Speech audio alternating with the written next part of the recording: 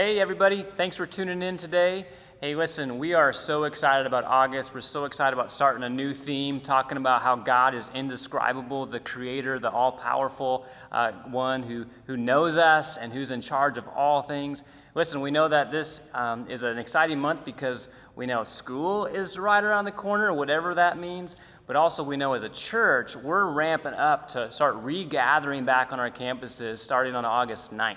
And so for you families that are thinking through that, please know that when you come, if you come, we have worship activity kits for your kids.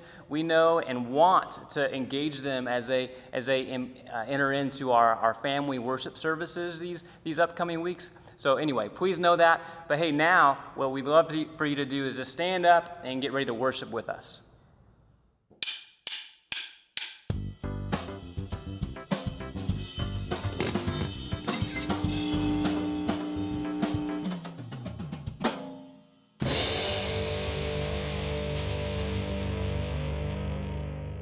What do you see when you look in the mirror? Your best silly face? The school picture day smile?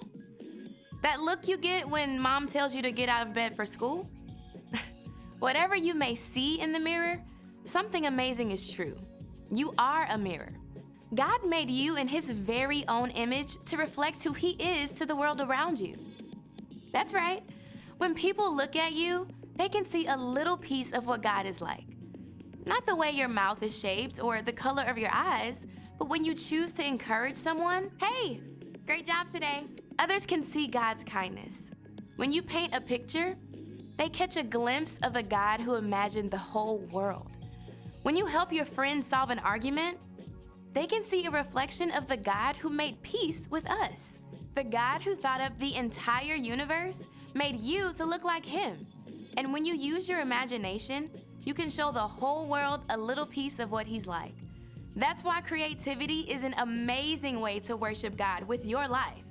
Because worship is about more than just singing loud. It's all about living loud.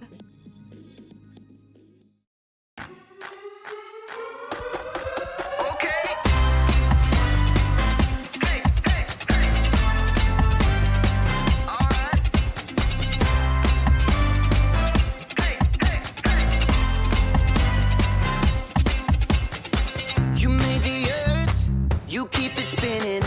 You made the ocean and everything in it, and you made the sky so blue, and you made every other color too. You made the sun, you keep it shining. You put the moon up in the midnight sky, and everything around me created by you only. I just wanna thank you, 'cause everything you made is so beautiful. Every single star and every beat of my heart, and it's beautiful. You made my feet, you made my hands, you made me sing and you made me dance, 'cause your love is all around me, and your love is so astounding. I just wanna thank you, 'cause everything you made is so beautiful. Every single star and every beat of my heart, and it's beautiful. Here we go, break it down now. Everything you created with your imagination is wonderful and good, wonderful and good. You're my inspiration beyond all explanation. You're wonderful and good, you're wonderful and good. Everything you created with your imagination is wonderful and good, wonderful and good. You're my inspiration beyond all explanation. You're wonderful and good, you're wonderful and good. I just wanna thank you, 'cause everything you made is so beautiful. Every single star and every beat of my heart, and it's beautiful. I just wanna thank you, 'cause everything you made is so beautiful. Every single star and every beat of my heart, and it's beautiful. You did a great job. Now let's hear what the Bible has to say.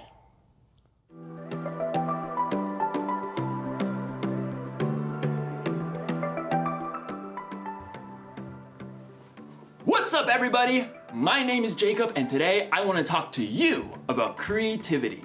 Because there's so many different ways to be creative, right? You could be like a creative actor. Alas, poor Yorick. I knew him well. Who's Yorick? You got the wrong skull, kid. Oh. You could be a creative dresser.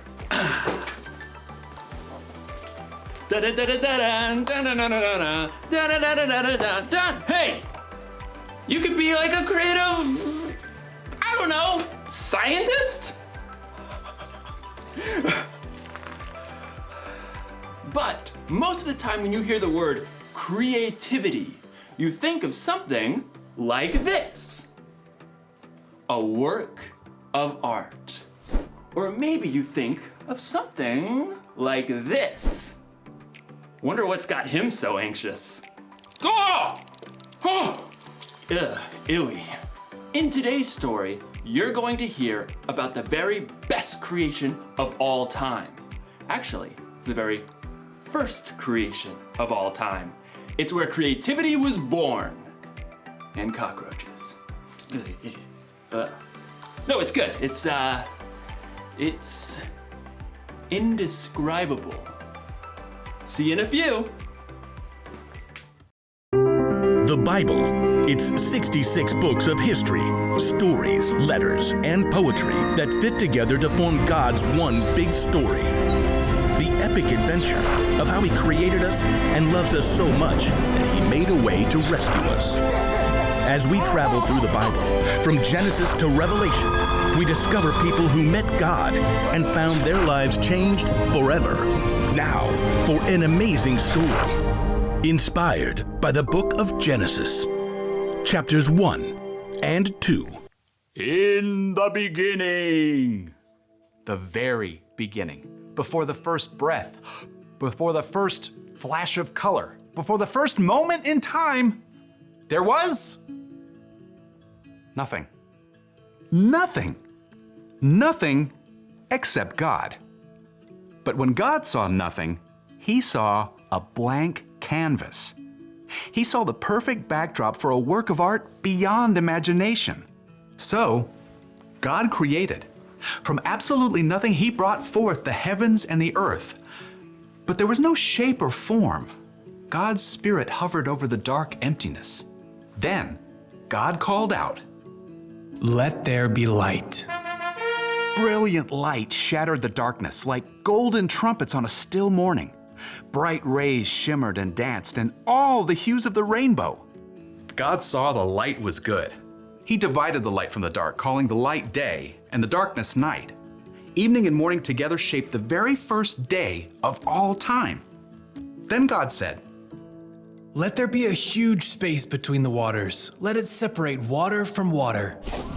By His words alone, God shifted the waters, leaving a vast arching space above, the sky. Evening and morning rolled past, the second day. God lifted His voice again. "Let the water under the sky be gathered into one place. Let ground appear." Dry land shrugged its way out of the water. Islands and vast continents and gritty deserts and towering mountains. God called the dry ground land, and He called all the gathered waters seas. But God had even bigger plans for this day.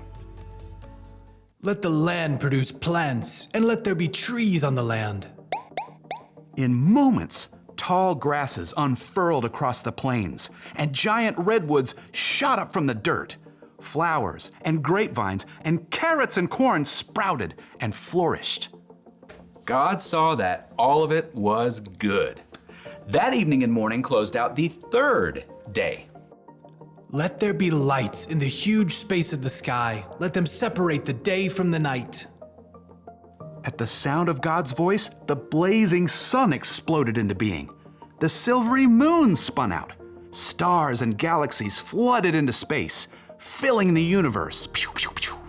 God set the sun to rule the day, and the moon to rule the night.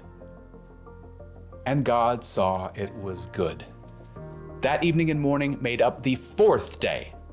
But God wasn't done painting his masterpiece just yet.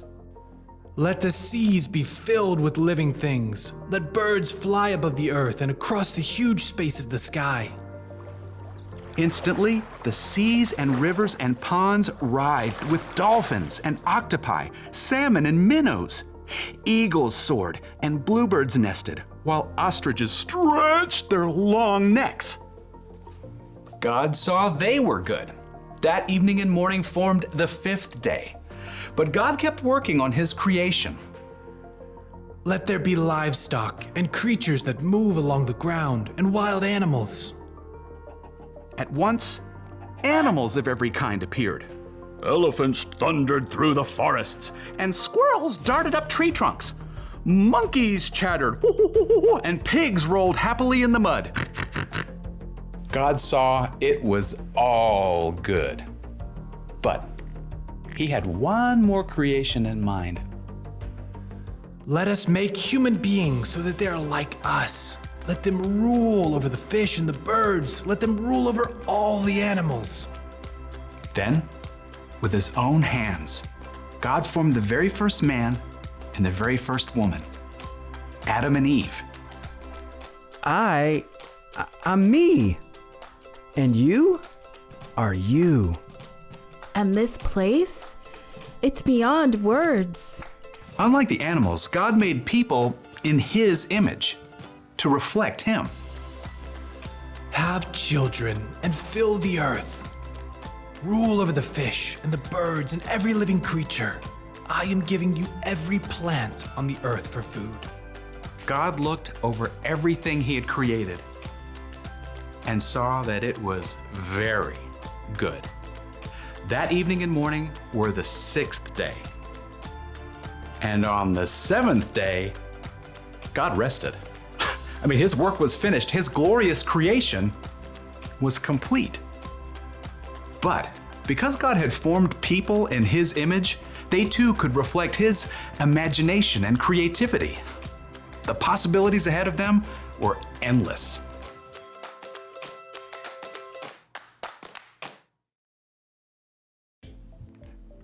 Okay, I just thought of another way to describe creativity. Creativity is imagining what you could do because you were made in God's image. I mean, God created everything, right? He made the stars and the planets and the mountains and the oceans. He made dogs and cats and elephants and ostriches. But when he made us, it got personal.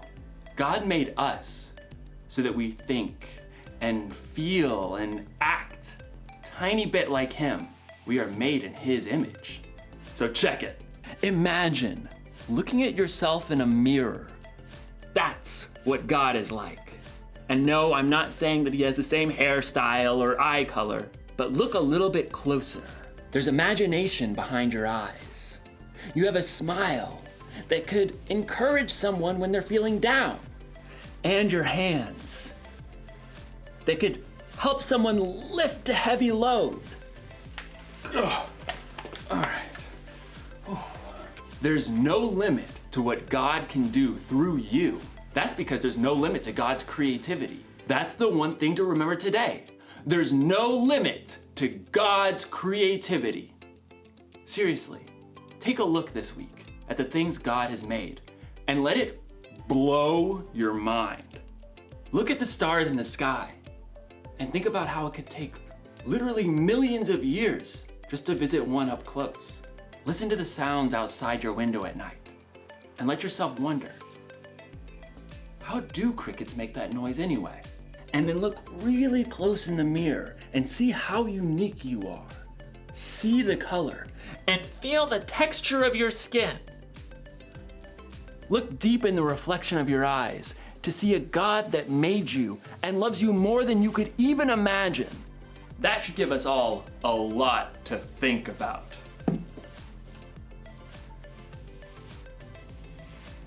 No wonder this guy's a statue. He's thinking about God's creativity. Dude.